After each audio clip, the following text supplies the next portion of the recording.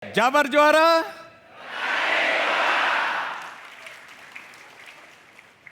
Saya ini paling bahagia kalau berhadapan dengan anak-anak muda yang energik, yang punya visi jauh ke depan dan melihat potensi desa mereka adalah masa depan Indonesia. Siapa yang percaya bahwa desa itu adalah masa depan Indonesia? Pak Gubernur juga percaya.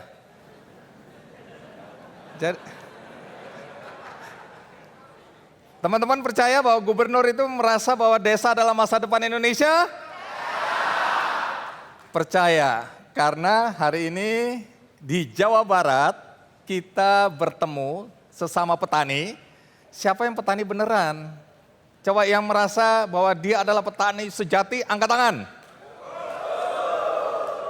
Yang di atas juga. Iya, saya percaya hari ini ya. Coba hari ini ada teman-teman kita yang akan bercerita tentang apa yang mereka lakukan. Tapi pilihan pada teman tiga ini sampling. Saya yakin banyak di antara teman-teman yang hadir hari ini yang juga sudah mulai menapak sukses di bidang pertanian, ya, ada peternakan dan lain-lain. Nah, saya termasuk orang yang percaya bahwa potensi desa itu luar biasa.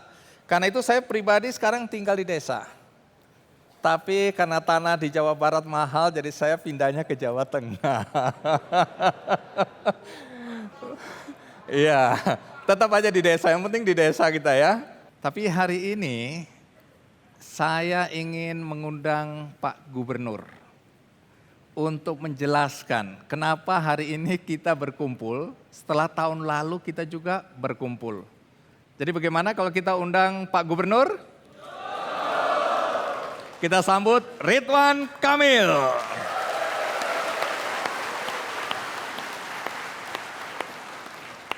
Iya, nanti kita usut ya apakah benar dia merasa bahwa desa itu adalah masa depan Indonesia.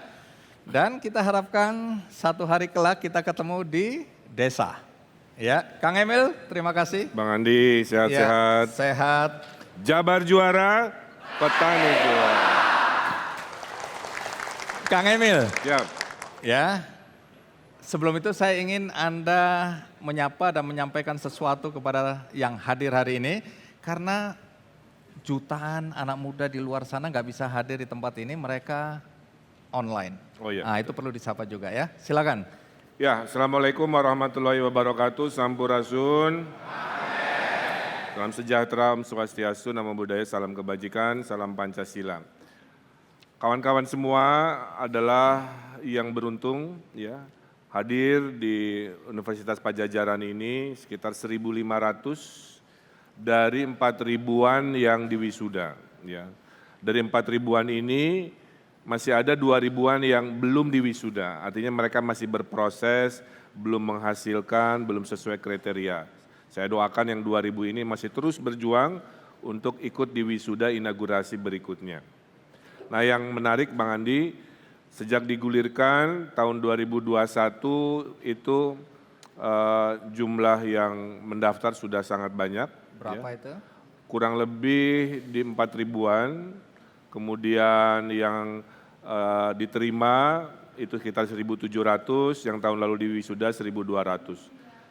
Sekarang yang tahun 2022, di tahun berikutnya meningkat, yang dulunya mendaftar sekitar tadi 8.000. naik ke 20.000. 20.000. Jadi antusiasmenya banyak ya. Dan 2023 yang nanti di wisuda tahun depan sudah mendaftar hampir 30.000 pendaftar petani milenial. Jadi tiap tahun angkanya naik-naik terus. Artinya apa itu? Artinya masa depan menjadi petani milenial ini sangat diminati. Saya kasih tahu adik-adik ya. Gara-gara COVID saya dapat data penting bahwa ekonomi yang tangguh itu selama COVID ada 3. 1 kesehatan ya karena pandemi, 2 adalah pangan, 3 adalah digital. Digabung pangan dan digital Itulah yang namanya petani milenial yang akan tangguh terhadap disrupsi, tantangan di masa depan. Inilah yang menjadi jawaban bahwa suatu hari tinggal bisa di mana saja, tapi dengan teknologi dan ilmu digital kita bisa menghasilkan kesejahteraan. Maka konsep petani milenial semua paham ya? 1, tinggal di desa, rezeki kota, bisnis mendunia. Dan yang terpenting saya kasih tahu ya, karena masih ada salah persepsi. Disangkanya petani milenial ini kalau daftar dan lolos akan digaji oleh pemerintah. Bukan. Ya. Kemudian persepsi kedua, seolah-olah ini karpet merah yang pasti sukses. Kesuksesan bukan datang dari kami, kesuksesan datang dari Anda semua mengubah mindset, mau bekerja keras, kalau jatuh bangun lagi. Jadi petani milenial ini adik-adik semua seperti Google Map. Kita ini membersamai, ngasih tahu di sini macet, di sini lancar, ngasih tahu kalau di sini mentok ada alternatif jalan menuju tujuan kan. Walaupun sesekali Google Map juga kan salah ya. Lurus ternyata ke kuburan. Sini. Jadi poinnya petani milenial dari Pemprov Jabar itu membersamai. Tapi keberhasilan sampai tujuan, mau rutenya seperti apa, ada halangan, itu harus dilalui, ya diselesaikan, diperjuangkan oleh petani milenial sendiri. Tapi kami akan selalu membersamai perjalanan itu, kira-kira begitu. Baik, Kang Emil silakan duduk.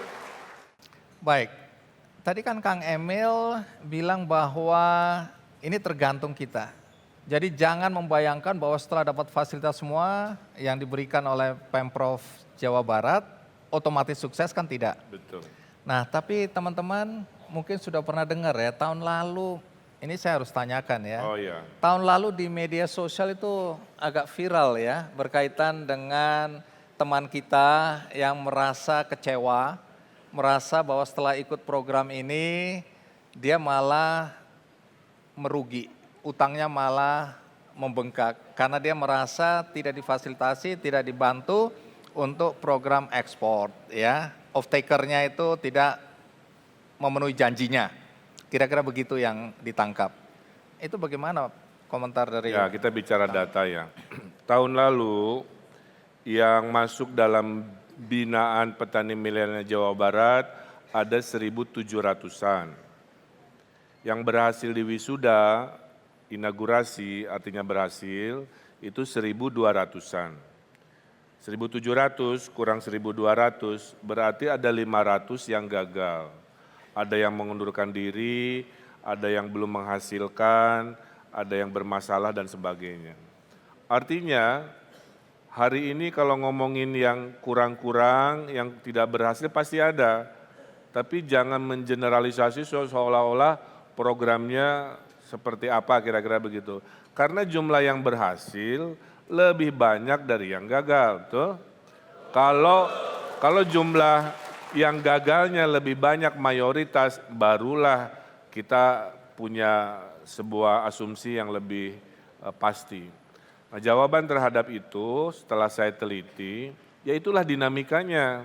Si calon pembelinya kena problem yang namanya perang Rusia-Ukraina.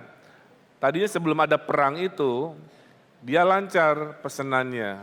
Setelah ada perang, terhambat, maka keterhambatannya menurun ke bimbingan-bimbingannya kira-kira begitu.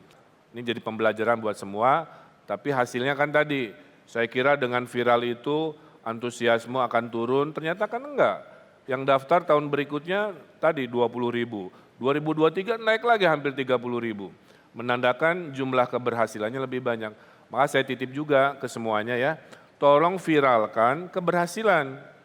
Hari ini jangan hanya memviralkan hal-hal yang kurang, tapi juga viralkan hal-hal positif, inspiratif, yang tentunya akan menjadi sebuah fakta bahwa ini adalah jawaban masa depan. Saya sebagai pemimpin tidak akan pernah patah, tidak akan pernah mundur. Karena petani milenial ini solusi di masa depan. Anda bisa kerja di mana saja, selama bisa menguasai teknologi, bisnis, dan ilmunya, Anda bisa mendapatkan kesejahteraan. Jadi petani milenial membuktikan tidak perlu tinggal di kota untuk sukses, bisa tinggal di desa untuk sukses. Bang Andi saja orang kota pindah ke desa, ya.